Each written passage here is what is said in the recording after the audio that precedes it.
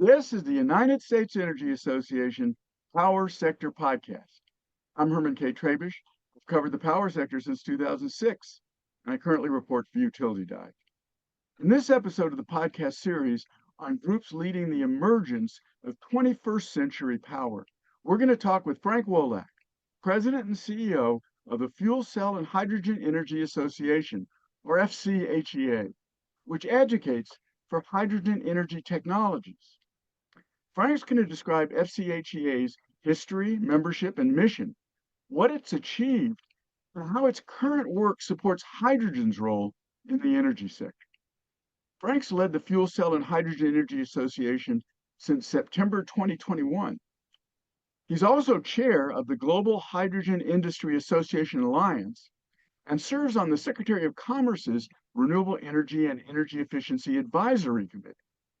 His 28-year energy sector career includes executive positions developing and overseeing emerging energy technologies, energy infrastructure, and energy project development and management. So, Frank, what is the Fuel Cell and Hydrogen Energy Association, or FCHEA? What is its history and membership? And most importantly, what's its mission? Good. Well, thank you, Herman. FCHE is the voice of hydrogen and fuel cells in the United States. As you pointed out, we have been advocating for hydrogen's role in U.S. policy for over 30 years. And we are focused on, initially we were focused on trying to get visibility to a very, very nascent industry, recognizing the future potential of where hydrogen and fuel cell technologies could be. Currently, we have been part of the uplift of the interest in hydrogen globally, where we have gone from simply being a voice advocating for the positive elements of hydrogen to advocating for the U.S.'s rightful place in the world, where American companies who have been nurturing technologies for decades that are now ready to participate in the global economy have a sort of an uplift. So the past 5 years has really been accelerating and instrumental. Among our membership, we have those involved in the production, distribution, and use of hydrogen. The members range from large multinational companies, industrial gas companies, automotive manufacturers, small startups who are looking to find their way into the hydrogen ecostructure, and a number of intermediate companies who make components, valves, tanks, all the pieces that really make for an industry to work cooperatively. Our mission is to advocate for the advancement of hydrogen and fuel cell technologies in the United States and globally. We are a U.S. based trade association based in Washington, and I tend to refer to us as we have a continental outlook, even though we're based in the United States. Hydrogen is a national industry with activity going on at state levels, and we have to be aware of factors and opportunities that occur at a state level. And we work with many state and local associations to advance the national goals. And also, given in my role as the chair of the Global Hydrogen Industrial Association Alliance, hydrogen is international, and the United States is poised to be a player internationally. And even though we are a U.S.-based trade association, we have to have international visibility. Many of our members are multinationals, and so our focus is to assure that we understand what's going on around the world so we can better serve members and assure that the U.S. Holds a rightful place for hydrogen and fuel cell technologies. Yeah, it's really interesting. A lot of energy technologies, I guess other technologies, but we know the energy sector best. The technologies often get started in other places. Offshore wind is an example. It's a very strong part of the energy mix in Europe and in China. It's growing, but we're a little bit behind the curve. But let's stick to hydrogen. I think the FCHEA's roots go back as far as '89, if I read the history correctly. What key achievements have you guys reached in making hydrogen a part of today's energy mix? And the reason I ask that question is there's a lot of potential for hydrogen to do things that it may not be doing as much today. So I want to talk about the potential possibilities uh, in a minute. But right now, just tell us what hydrogen is doing right now in the U.S. energy mix. Sure. Well, I will just note on the legacy. For many of those years, going back to 1989, we were advocating for growth in technology, research funding, and over that period of time, the technology evolution has occurred to bring us to your question of where are we today? What are we advocating? So over many of those years, we were the lead voice in assuring that industry was participating with government and that the industry was incrementally moving along. Well, if you look at the period of time, really over the past 5 to 7 years, many of those technologies are now at a point of commercial readiness. They've gone through the development of whether it's fuel cells, electrolyzers, storage components, refueling systems, even vehicles, the buses, the heavy duty vehicles. For many of the early years, there were low volume productions and R&D work going on. And where we are today is at a point where these technologies are ready to participate in an incremental way, along with all the other energy sector energy activities that occur around us. And we are around the world. We are also U.S. companies are at a place where they have parity or advancements over many of the other technologies around the world. So right now, we're at a point where we're advocating for strong U.S. policies commensurate with what the rest of the world, Europe, China, Japan, Korea, are looking to do, so that all that technology work that has been incubated in the U.S. can find a place in a growing industry, both in the U.S. and internationally. Okay. And we know that there are critical questions right now in the hands of the Senate as it considers the House's big, beautiful bill. And we're going to talk about that in a few minutes, Frank. But first, I want to talk about hydrogen technologies. Um, uh, some of us may have only know about hydrogen cars, and some of us may only know about hydrogen fuel cells. So I want you to tell us a little bit about how both of those things work, cars and fuel cells. Sure. Um, but I also want you to tell us about what you see as the potential for hydrogen in today's energy economy. What's production, storage, transport technologies, infrastructure? Hydrogen's going to need some of that. It's being used in industry today. It's been used in industry for a long time in other forms than what are has been discussed today. But in order to bring it to its full potential, it's going to need some of that infrastructure. How do we put hydrogen to work today? And I have a follow-up question on that, but tell us a little bit about what I've just asked. Sure. Well, why don't I start with something that you did mention, because when we get to the fuel cells in cars, they are devices and systems. I think it's fair to look at first of all the United States and around the world. Hydrogen's been in use in production. It kind of occurs invisibly around us. Trucks transport hydrogen. We produce it. And so there's already a $17 billion industry in the United States that's moving hydrogen around rather invisibly to most people. Where the future is in taking hydrogen as more of an outside of being an industrial gas used for refining and producing fertilizers into other uses. And so I characterize the technology place for those who want to learn about it as really production, distribution, and use. You've got the Mm, production of hydrogen, which either comes from taking methane and reforming it, which is in some respects called blue hydrogen or low carbon hydrogen. You take out the carbon and you've got hydrogen derived from natural gas, which in the U.S. is a plentiful resource.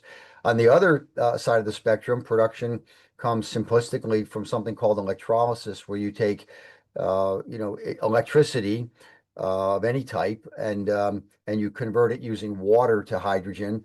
That form of hydrogen is generally described as green hydrogen, and it would come from renewable or zero carbon resources.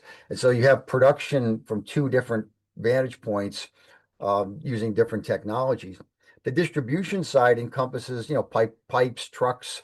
A lot of the trucks and components are already in play. And then there's something also very valuable about hydrogen is its ability to be stored somewhat differently than batteries. Batteries store energy on very short duration. They charge, they discharge.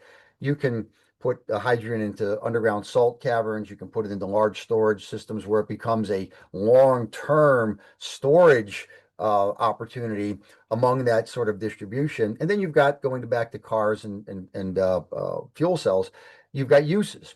And the uses of Mhm. hydrogen are in a chemical form, making green ammonia. The world needs more food. It's going to want greener fertilizers made from low carbon and zero carbon hydrogen, make ammonia, which makes fertilizers. You've got other, chemical uses of hydrogen. You also have the end use in vehicles. Heavy duty trucking, for example, if we are going to want to eliminate diesel fuel around the world, which is going on, the only way to get diesel fuel out of heavy duty trucks is to convert it to hydrogen-based vehicles. And so there's progress in the fuel cells and vehicles that would be heavy duty trucks and transport. A fuel cell is, in fact, a way to produce power using hydrogen, as well as a way to put on board in a vehicle as the prime mover, and that includes rail cars. There's railroads around the world right now that are operating on hydrogen with fuel cells that are hybrid electric vehicles in many ways. So there's varying uses of hydrogen to enhance the way we currently distribute and use energy, and there's also many ways to produce it. Interesting. I guess for our listeners, we try to give the background and some education on the subjects that we discuss. We should mention that you mentioned blue hydrogen. That's if you take hydrogen and you use natural gas to convert it into electricity. You can, and if you use carbon capture to take the carbon out of that natural gas that's being burned to convert the hydrogen to electricity, then it's called blue hydrogen. Is that correct? Yeah, currently hydrogen is manufactured by taking methane, natural gas, and you separate it through something called steam methane reforming, and you make Right. hydrogen. You break apart the methane. Um, when And you you consider capture, you blue have to capture hydrogen, the, you have to capture the carbon in that right, process. right. If you capture the carbon, you've got a low carbon hydrogen form because you're taking the carbon out and sequestering it, and that is a low carbon form of hydrogen made from natural gas. Right. Uh, And then the electrolyzers that you mentioned you can use water to into hydrogen. No, you use hydrogen to generate electricity, clean electricity, and the byproduct is water. Is that correct? And that's green if you use wind or solar or some other clean energy to power the electrolyzer, then you have zero carbon electricity, and that's green hydrogen uses. Is that correct? Yes, the um, the electrolysis process is very simple from high school chemistry. If you take electricity and you put two probes in water, you will boil off hydrogen. And so electrolysis is really a way to take an electron and predominantly from a renewable resource being zero carbon, and you use this electrolyzer technology to break apart water, H2O, and you take the hydrogen away from it and you create hydrogen from water.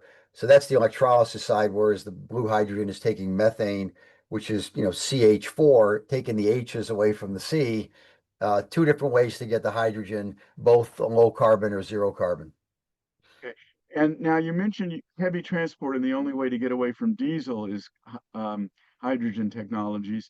Um, that's an interesting question, and I want you to explain exactly what you mean. It's the only way, because there are people that want to run these heavy duty trucks with batteries, and there are other parts of the economy where people want to use electrification with clean energy, with wind and solar and that sort of batteries, that sort of thing. But there are areas where it just doesn't seem like that will generate enough heat to run industry or generate enough power without adding a lot of weight to trucking.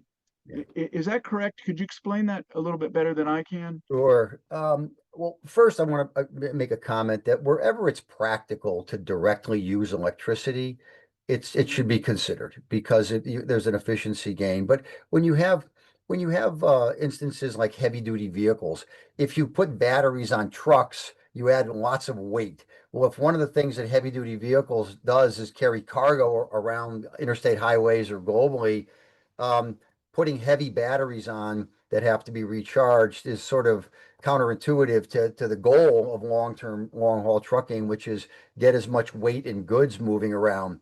So if you look at the choices of taking diesel fuel and doing something or other modes of transportation, you really don't have any options other than putting another fuel on board the truck and then using a different type of engine, essentially a fuel cell, to give you that 7 by 24 ability to travel long distances and still retain high volumes and weights of cargo. That's also one of the reasons why you're looking at heavy duty other heavy duty applications like rail. That if you're looking to take away the diesel use in freight, um, and it can't be done through electrification. You put a fuel on board the locomotive and you make the locomotive have fuel cell power. It looks the same to the outside world. It's still a locomotive, but it's gone from having a highly carbon intensive fuel to one that is zero carbon, using different prime movers. So that's why the heavy duty area is really seen as something that there are very few options globally if you're going to migrate away from diesel fuels in the transport sector, the heavy duty transport sector. We have a really highly varied, complex economy, and there's some things that are right for parts of it and some things that are right for other parts of it, which is why we really need to have a more all of the above on a level playing field kind of attitude toward our energy sector. Our energy sector is absolutely vital to our economy. And that brings me, Frank, to the last thing I want to ask you. The key questions about the power sector right now are in the hands of the Senate and how the Senate's going to handle the energy incentives and energy policies that are wrapped into the House reconciliation bill, the big beautiful bill. There's Yeah. all kinds of rumors. Is it going to be done by July 4th? What's it going to have? What's it going to cut out? So what can you tell us about the rumors that we're hearing, and what are FCHEA's concerns, and why and how should senators address FCHEA's concerns? Sure. Well, I want to start with in some respects, the concerns and why we're fighting this fight, because I think it's really important to understand. For all of what we've talked about over the past few minutes here, Herman, the hydrogen is an additional form of energy resource. It complements other energy forms. It can be converted differently, and that's why there's so much global interest. So the reason we're fighting so hard to assure that the credits and what's going on in the Senate has a positive outcome is because there's a window of opportunity for the United States to find its role with hydrogen globally, and that takes incentives. It takes the ability to have programs that make investments occur so that growth can occur and the U.S. can become competitive around the world. So the Every energy form we've ever used in this, as far as I can tell, have always had incentives from the government Yeah. to help create a global leadership for that energy. And not just our government. I mean, we're not unique in No, incentivizing the starting point of our energy systems. Other governments who want to have, a leading edge in industrial and energy policy are incentivizing. And so back to the Senate, we there are production tax credits that were part of the Inflation Reduction Act. And they were uniquely housed in the Inflation Reduction Act because that was the right vehicle at the right time. And but they really should be looked at as a true investment in the US. And what we're trying to do is preserve the what's called Section 45V tax credit. It's our fundamental goal because uh, the Senate right now has the chance to seize the opportunity of the United States moving forward, or restrict the ability for industry to perform, and then the investments that are being made around the world will migrate elsewhere. So our arguments within the reconciliation process are to keep the Section 45V credit of a reasonable duration, and what we've asked for is not less than December 31st, 2029, so that this industry can have several years to build projects, get them online, get them into construction, and begin to kind of build a sizable portfolio of activity that can compete around the world. If we don't take action, if the Senate doesn't take action to maintain a long duration of these credits, the opportunity will be lost. And I think that's something that we're trying to impress upon the Senate, the House, the administration, that we just happen to be in a unique window of opportunity in 2025 that we've worked for 20 years to get to, and that we're going to lose if we don't, within the next few weeks, capitalize on the opportunity that's in front of the Senate and have them restore the credit to a duration that gives this industry some runways. That's the reason we're fighting this fight. Interesting. Yeah, I couldn't agree with you more. I got to tell you, it seems to me that we have worked in this country for decades to bring us to this moment where we have such a wealth of options, and there's just no reason not to take advantage of them. But that's just my opinion. I want to thank my guest, Frank Wolak, President and CEO of the Fuel Cell and Hydrogen Energy Association, for describing FCHEA's history and mission, how hydrogen fits in today's energy economy, and what FCHEA is working toward in this highly dynamic political moment. I also want to thank our listeners for taking the time to check out the USEA Power Sector Podcast. Don't forget to subscribe, like, and share with everybody you know our quest for energy transition solutions.